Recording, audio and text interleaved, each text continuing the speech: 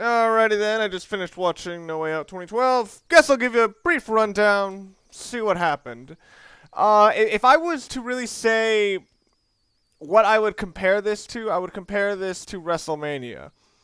And considering my opinion on this year's WrestleMania, that is actually a very bad thing. The pre-show match was Brodus Clay versus David Otunga. He won because David Otunga deliberately stayed out of the ring at one point because he was just like, Brodus Clay, nah, I ain't going there. So yeah, Brodus Clay wins by count out over David Otunga. The match was largely I just didn't give a crap about it, but it was still interesting. It was interesting in kind of a different way because for once it actually looked like Brodus Clay was actually weaker than usual because they actually played up the angle that his knee was messed up the previous night, or no, the previous SmackDown, so that actually tied into it. Interesting idea, but neither one of these guys are really amazing ring generals, so match altogether wasn't that great. At worst, I wouldn't call it bad, but it's like, it just didn't do anything for me. Next match. Okay! I really hope WWE stops fucking doing this. I understand that you need to start a show, or start a card, and end a card with something interesting so that you get your audience really into it, and then you give them something to look forward to that you keep, bringing up. But you don't fucking start the card with the World Heavyweight Championship match. I would call this my tie for match of the night, the match between Sheamus and Dolph Ziggler. If you're unaware, the reason that Alberto Del Rio is not Sheamus' opponent, even though he was shown to be the #1 contender in the previous weeks, it was because apparently Khali does what he always does, and he botched. He botched a chop against Alberto Del Rio and gave him a concussion. So they had to quickly put on a Fatal 4-Way. Oh no, it was a elimination Fatal 4-Way match on the previous Raw, and Dolph Ziggler won it. But yeah, this match was actually pretty good. The crowd was freaking hyped for Dolph Ziggler. There were a lot of Sheamus fans, and you could hear them, but damn, the Ziggler fans were all over the place. Every time Ziggler did one little interesting move, the crowd popped. And it was actually really fun to watch. Ziggler was pretty damn good at controlling the pace of the match. And a lot of the offense he pulled off was actually really unique, even out of him. And both Sheamus and Dolph Ziggler looked very good in this. The only thing that I really complained about was that when I look at Vickie Guerrero here, this is a prime example of her being completely worthless. She really didn't add anything to the match. In fact, it was almost like a face versus face match because the crowd was actually fairly split, although a great majority of them were rooting for Dolph Ziggler. But in the end, Sheamus retains by using white noise as setup to the bro kick. As I said, this is my tie match for match of the night. But one thing interesting is that this is kind of a short match, but it was actually really good. Would I call this match of the year worthy? Nah, I'm not thinking that. But I will give this match a lot of credit. Both guys looked very good. At one point, they cut to a backstage segment, and when they did that, you could hear that Dolph Ziggler was leaving. The crowd gave him an actual ovation for his job well done. So yeah, I think Ziggler came out better for this. Next match. I kind of liked this match, but at the same time, it was fucking pointless. The crowd didn't like it. It was largely embarrassing, and both of these guys deserve better than this. It was Santino Marella versus Ricardo Rodriguez in a Tuxedo match. This match, by concept, is fucking stupid. You have to strip the other guy's tuxedo off. That is the gayest concept I've ever heard, except for the male-on-male evening gown match between Pat Patterson and Gerald Briscoe, like 11 years ago. And, well, it was Pat Patterson. You can't get much gayer than that. Yeah, but the crowd, they got a couple of chuckles, and they got a couple of chuckles out of me, but I would attribute that, just to the fact that both Santino Marella and Ricardo Rodriguez are funny guys, but honestly, this match was completely forgettable. The crowd was chanting boring so damn loud at one point. This was a poor match, in my opinion. not one of the worst matches I've ever seen. Maybe one of the worst matches I've seen this year, but not like, minus 5 stars worthy. I'm not going to do that. Next match was Christian versus Cody Rhodes. This was another this match was actually good. I wouldn't call it great, but I would call it a good match between two guys who knew how to work. I noticed both Christian and Cody Rhodes pulled out, again, more offense that they don't usually pull out. The one moment that actually really stood out to me was when Christian managed to somehow pull a tornado DDT on the outside mats, which I don't think I've ever seen. Well, I'm pretty sure it happened, but I haven't seen it in a while in, WWE. At one point, I saw that Cody Rhodes actually kicked out of the kill switch, which I'll admit that I'm not a huge fan of them just kicking out of move after move after move after move. But I thought that was a good way of making Cody Rhodes look like, yeah, he's fucking strong. He's awesome. He can even kick out of Christian's finisher. But in the end, Christian won with the spear, I believe. And actually, after a pretty cool ending sequence, which I thought was pretty awesome. So yeah, Christian retains his title, moves on to the next pay-per-view, and I'd be interested to see what they're gonna do with Cody Rhodes at this point. Next match, I believe this was announced on the card, and it's a fatal 4-way tag team match to determine the number 1 contenders for the WWE Tag Team Championships. I believe the reason that R-Truth and Kofi Kingston weren't on this card is because R-Truth, I heard, has a broken foot or something like that. So I guess they're trying to keep him off camera. And this only adds to my point. Push Kofi Kingston. The natural order is showing that he does not have good luck with tag team partners. So put him up with one-on-one feuds. Push Kofi Kingston or we riot. Anyway, back to the 4-way tag team match. The 4 teams in this match were the primetime players, Titus O'Neil and Darren Young, who many of you refer to as Black Cena. Primo and Epico, who was followed to the ring by Rosa Mendez and Abraham Saddam Washington, named after 3 great world leaders. The Usos, who, as far as I saw, they got the best crowd reaction. Tyson Kidd and Justin Gabriel. Now, here's the thing. This crowd, you could tell they had no interest in this match. This is why you start the show with something that sparks the audience's interest, but doesn't kill their anticipation for something to come. I'm pretty sure a lot of people came to see Sheamus versus Dolph Ziggler. Hell, fucking Dolph Ziggler got an enormous chant there. Imagine if he was later on the card. Maybe the crowd would have actually been more into this match if, they knew, after this, there might be Ziggler versus Sheamus. Tag team match. It was one of those cases where I just largely didn't care about it. There were just too many segments that just kind of dragged on. They tried to make everybody look good, and everybody did kind of have their moments. But it wasn't until the last 5 minutes, and actually even the aftermath, where things actually got interesting. Probably the one spot everyone is going to remember from this is where all the guys are dumped onto the outside, all in one group area, and then Tyson Kidd does a Frankensteiner off the second rope to, I believe either Titus O'Neil or Darren Young, and launches them into 6 people and does this huge mosh pit. That was the one moment where the crowd really woke up. But kind of a swerve ending. Abraham Washington, who is supposed to be the promoter of Primo and Epico, pushes Primo into the ring knowing that he's kind of hurt. And one of the primetime players does his finishing move on him. And then the other person of his tag team tries to get in to break the pin, but Abraham Washington holds him back. So now the winners and new number 1 contenders for the WWE Tag Team Championships are the primetime players. And it was basically said at this point that Abraham Saddam Washington is now basically the promoter of the primetime players. Millions and millions and millions of dollars. And they proceeded to beat the crap out of Primo and Epico.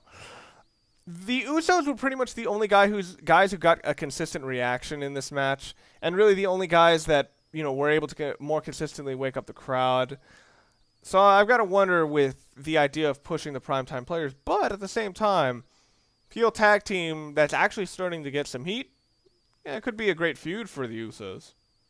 Next match, another one I really just didn't care about. And this one I would say, yeah, poor match. It's not atrocious, but yeah, poor match. Layla versus Beth Phoenix. I don't know what happened. Last time, these guys actually put on a pretty good match, but this time, no one gave a shit. It felt like Beth Phoenix didn't give a shit. It felt like Layla didn't give a shit. It felt like the crowd did not give a rat's ass about this match. And it just ruined it. You know, no one cared. You could hear crickets from all around. And honestly, I think that kind of ended up ruining the atmosphere for both Layla and Beth Phoenix. And it doesn't help that in the beginning of the match, they were trying to pull off more slapstick. You know, with Layla stealing that tiara that Beth Phoenix has. And yeah, it got a couple of chuckles, but come on, we already saw enough slapstick with that whole ordeal with Santino and Ricardo Rodriguez. Anyway, after an alright ending sequence, Layla hits Beth Phoenix with the neck breaker, retains her title. And that's another thing to bring up.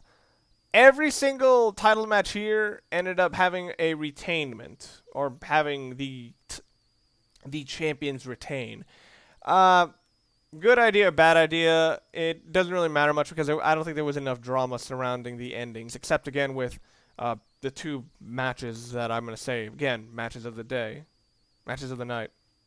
Now, around this time, Triple H got on the mic and basically said, "Oh, Lesnar messed up my arm a few weeks ago. I want to challenge you to a fight. Screw all the lawsuits, screw all that. So I challenge you to a match at SummerSlam." And this annoyed the fuck out of me. You bring in Brock Lesnar, a guy who could not get any less attention. A guy who could not get any more attention because the eyes of everyone are already on him. And who does he fucking feud with? Cena, I could understand. But of anyone who could need more attention, of anyone who could need more publicity, why do you use Triple H? This is the same bullshit that happened last year where CM Punk was part of the hottest storyline. He had all the attention, all eyes on him. And who was the first person after John Cena that he went towards? Oh, of course, Triple H, and all the heat on him. All the momentum gone. God.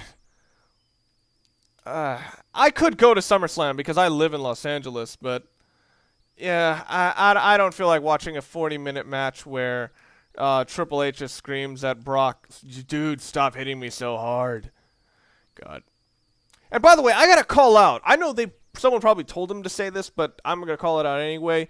Triple H was not the embodiment of the Attitude Era. He tries to make himself that way because a lot of people say backstage that he kind of has this complex where he wants to prove that he could be just as big as Stone Cold or Rock. Brother, you're way past your prime. You will never be that big, no matter how much you try to hammer it home. Please stop trying to force us down your throats. And let us just have fun with other guys. God, that came out wrong. Anyway, next match. Another fucking pointless match. Sin Cara versus Hunico. This match had its moments, but at the same time, we've fucking seen it so many damn times. We've seen it on Raw. We've seen it on SmackDown. We've seen it on other pay-per-views. Like the one where they botched 1,000,000 times.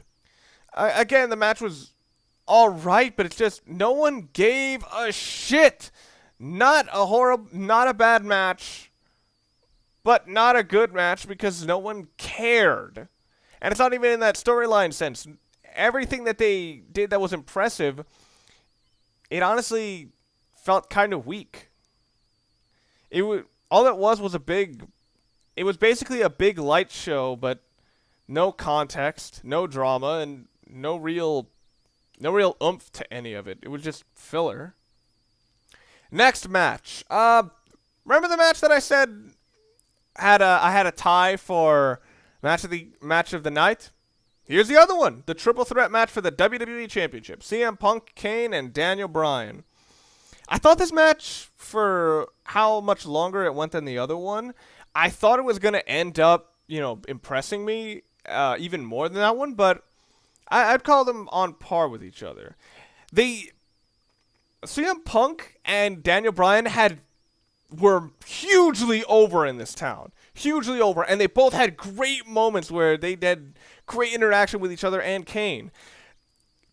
It's got to say, usually triple threat matches are a bit problematic, having to coordinate movements between three guys, but they actually did it pretty well. Daniel Bryan had his great moments, with the moments when he would just go back and forth, kicking the crap out of both CM Punk and Kane, looking godlike in the process. CM Punk would handle both Kane and then Daniel Bryan and look godlike in the process. Kane would fucking manhandle Daniel Bryan and CM Punk and look godlike in the process. While this is not like the most engaging match I've ever seen, like for how epic it should have felt, for as epic as they kind of set it up to be, it didn't quite deliver on it. But I gotta say, it did a great job of making CM Punk, Daniel Bryan, and Kane look all of them look really, really good. So this is not so much like an incredible match, but more incredible booking in my opinion. Yeah, but still, the match was very good. The crowd was into it. A couple of people were chanting, "This is awesome," but I was like, nah, it doesn't quite get that. It doesn't quite get that far, which is why, again, neither this match or the Sheamus versus Ziggler match are on my list of matches of the year, or unless not in this current state. The ending was kind of interesting, where AJ briefly came out. He's like, oh, I'm going to jump on the apron. Oh, crap, Kane is coming at me. Wham, knocked down. Distracted Kane marginally. CM Punk hit a go to sleep. And boom, done. CM Punk wins. Kane goes outside, picks up AJ, takes her to the back, and then AJ has the most hilariously evil smile in the world while she's in Kane's arms. Yeah, great match. Yeah, good match. Yeah, good match. No complaints. I heard Daniel Bryan might have had a concussion, but I haven't confirmed this. More filler for this evening, and it comes in the usual form that it does. Ryback defeating two more random guys. The cousin of Colin Delaney. I'm just making that up, but for some reason they have the same last name. And then Rob Grimes. He might be the son of Frank Grimes. But yeah, and they're also hinting that Ryback is going to get 3 opponents next. Who the fuck gives a damn? But the Goldberg chant was loud the entire night. It's weird. This crowd was really hot and cold. Like, they either absolutely adored this match, or either they were absolutely into every match, or they didn't care. Last match on the card, John Cena versus Big Show. This match just dragged so fucking much. You could not find a slower paced match if you were watching a tortoise race on grass grow on paint dry. I'm just making shit up, but that was more stimulating than this match. I honestly I don't think I've seen a slower paced match in a long time. Well, it's not Goldberg Brock Lesnar bad, but this was pretty weak. Pretty damn weak. Honestly, I really can't remember much of the match. Nothing they did had any kind of impact, and it honestly felt like they were just wasting time for a while. The only thing that brought me into it was when Big Show attempted an elbow drop from the top rope. That was actually pretty cool, especially considering how much height he got. But the ending sequence was actually probably the best part. Big Show knocks out a ref. Johnny Ace tries to hold up Cena from getting outside. So Vince McMahon comes in, says no, but then Johnny Ace pushes Vince McMahon into the cage for not allowing Cena in, knocking Vince a bit loopy, and knocking out the ref. So then when Big Show just tries to escape naturally, out comes Brodus Clay, which I thought was like, oh yeah, Brodus Clay had a problem with him. That makes sense that he would come out here. And then all the other people that Big Show had hurt over the past couple of weeks, they started coming back, and Big Show, knocked out, I think it was Santino, and then A-Rye, who actually got a pretty sweet pay-per-view payout for once. And then my main man, Kofi Kingston, comes up, climbs the cage, pushes down Big Show, and prevents him from escaping. So then John Cena, wakes up from whatever knocked him out early. I believe it was a WMD. He picks up Big Show, hits the FU, attitude adjustment, climbs out, boom, he wins. Johnny Ace is fired. And strangely enough, this match, is an example of a really bad match. Well, this is an example of a bad match. I wouldn't call this a really bad match. But it's a match that accomplished quite a bit. I think that, people might remember, it was like, Kofi, who was the one who really helped John Cena beat the Big Show? Oh, yeah. It was Kofi Kingston. It was Zack Ryder. It was Alex Riley. It was Santino Marella. So even though I really am never going to watch this match ever again because I don't think I want to ever. But, yeah, I think it accomplished quite a bit. But as I said, this pay-per-view as a whole, I compared it to WrestleMania in that, and this is why I compared it to WrestleMania, because it's a bunch of matches that you don't give a fucking shit about and a couple of diamonds. But the big difference was that one of the diamonds at WrestleMania was the main event, even if it was kind of the least sparkly diamond out of the three big ones. But here, it really is just 2 matches. It is 3 matches. But even then, that match, none of these matches are really all that special. I could say Undertaker and Triple H. That was a special match. But none of these matches were kind of shining diamonds. So, how would I overall rate this pay-per-view? I actually, in many ways, do consider this a little bit worse than WrestleMania because the main event here was just bad. And the matches that were actually good meant a lot less than they did at WrestleMania. So, honestly, I think I'll give this pay-per-view 4 out of 10. Check out Sheamus versus Ziggler. Christian versus Cody Rhodes is good, but it's nothing incredible. But I would also check out CM Punk versus Kane and Daniel Bryan. But everything else, largely pointless. I wouldn't check out the whole thing. Just check out bits and pieces if you can find them. This is Mr. Sanders. See you guys next time. And push Kofi Kingston or we riot!